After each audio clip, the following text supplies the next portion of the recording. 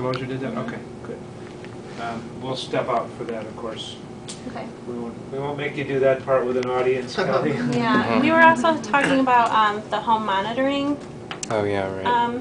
Well, you know, at what point that would be necessary. Yeah. Why don't we measure the length of the cervix, and then Okay. we'll talk about some options to do after that. Okay. The concept in my mind is that the cervix shortens before it begins to open.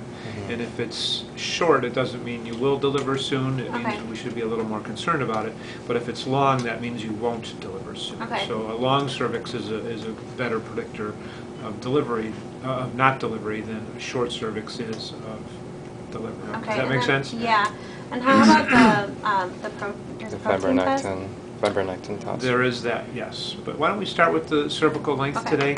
From a kind of statistical standpoint, the cervical length measurement is a better test. Sometimes we use them both together, which is probably has the highest value, the highest yield. But our level of, we have to kind of measure our level of concern, and we're focused and concerned, of course, but I'm not worried that you're going to deliver tomorrow or anything like that, or we're not deciding whether to be in the hospital. We're just thinking about your activity and future follow-up plans and stuff like that. So let's start with the cervical length, and if that's concerning, then we'll figure out what to do, and if not, we'll look at it again down the road. Okay. Sound okay? Sounds good.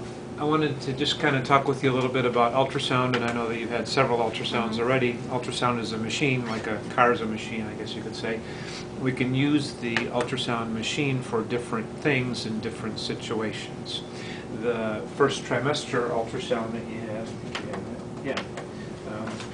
that with Dr. Lozier and Kathy, that looked good.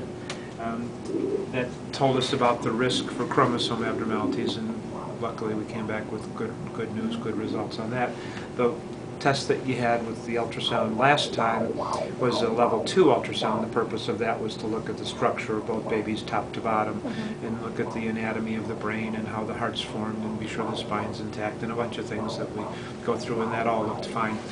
The purpose of today's examination is a little bit different, important nonetheless, but different than the previous two, and this is the exam that you'll have from now on when you come back, and that is looking at the baby's growth. And we'll compare the baby's growth with each other, as well as 24 weeks and 5 days with other babies at that stage in pregnancy. We'll calculate some percentage and weight difference and all sorts of stuff, because we're nerds about that stuff.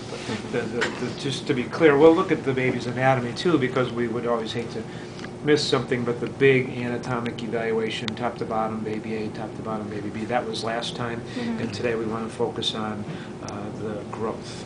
And the thing that you just heard, you haven't had that before either. That was the Doppler measuring the resistance of blood flow through the baby's placenta.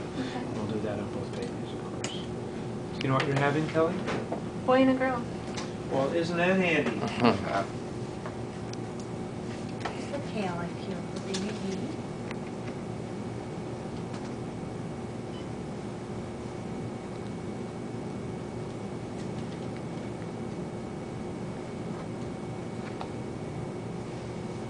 Decide on boy names yet? Yeah. Short list. Right. Short list? Short list. You have the girls already? Yeah, I think we're settled on the girl's name. Yeah. Is that secret or is that public? Yeah, we're gonna wait. We've already told everybody about a boy and a girl, so. Gonna keep something. Yeah, something, right.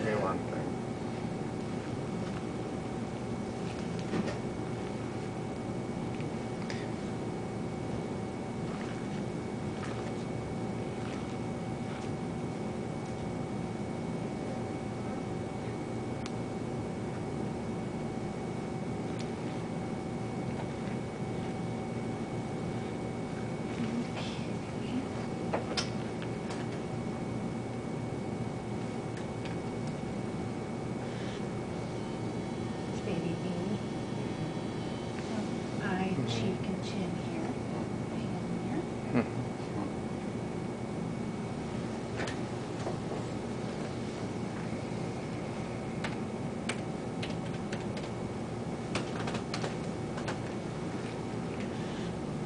You ready to send your data over? I am.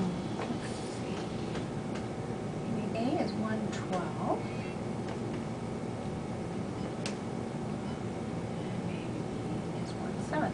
Wonderful. That's great news.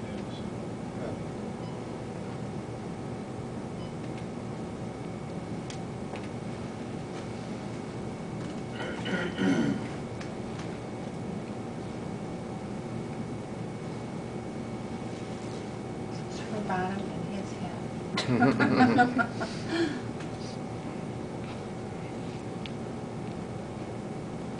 This membrane here. So what did you say baby B's growth age was on there? Is that... Say it again? I was just looking at the age of the boy. Yeah, we're not going to look at it that way. We're going to look at it a little bit differently. Okay. Here's how we're going to look at it. We know how far along we are, and that's 24 and 5/7 weeks, and we really want to know is each baby big, small, or average for that. So we're going to look at it as a percentile for 24 and 5/7 weeks. What kind of persnickety about that? Sorry. Oh, that's okay. I'm a radiologist, so I'm used to looking at all the numbers. Yeah. Yeah, we maybe look at it a little differently than you do. We want to know the baby's percentile size, and baby A is at the 56th percentile, and baby B is at the 36th percentile. So are you talking about estimated fetal weight? Is that what you're saying? Uh-huh. Okay. Well, we can't weigh them. They're kind of inconveniently located for us to do that right now.